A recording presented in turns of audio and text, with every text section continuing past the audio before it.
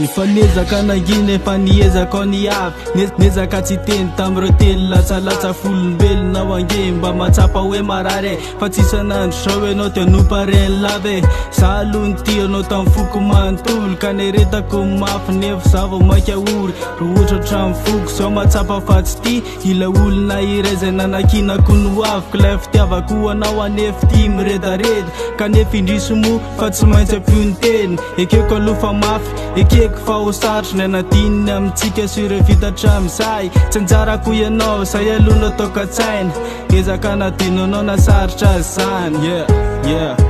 ezaka nadino anao nasarotra azy zany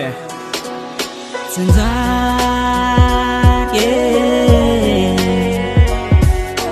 na milay fitiavatsika roa iny tepoka veloma mampamangy tsy asina blainy matsodrany veloma mahita zay irina rigaly farasipakotranao tsy olany eto tany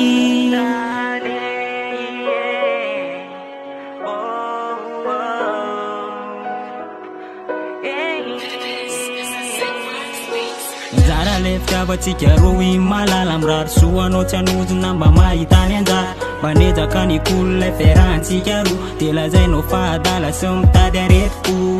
ka mandehana za tsy tesitranako ny tomany farasipasolanao mbola marany hoany de velomany any sisa mba atolotra anao fa fiarahantsika roa efa tsisy azo atao iveza mantra de ahiloko ohatry reny lazainao jiolamboty rehefa love sarineny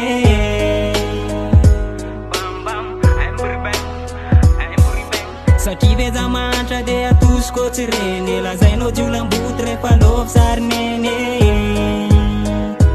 nazazavavy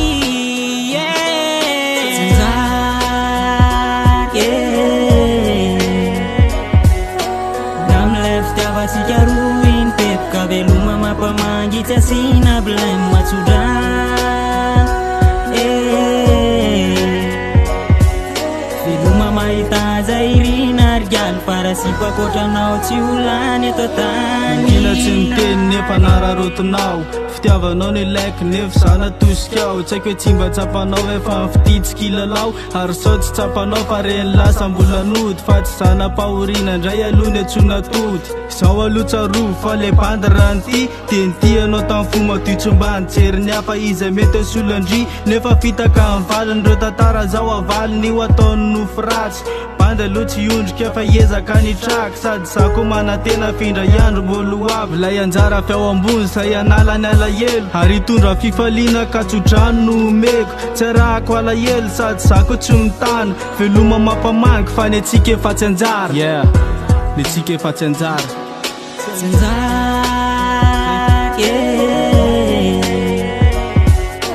na milay fitiavatsika roa iny tepoka veloma mampamangy tsy asina blainy matsodrany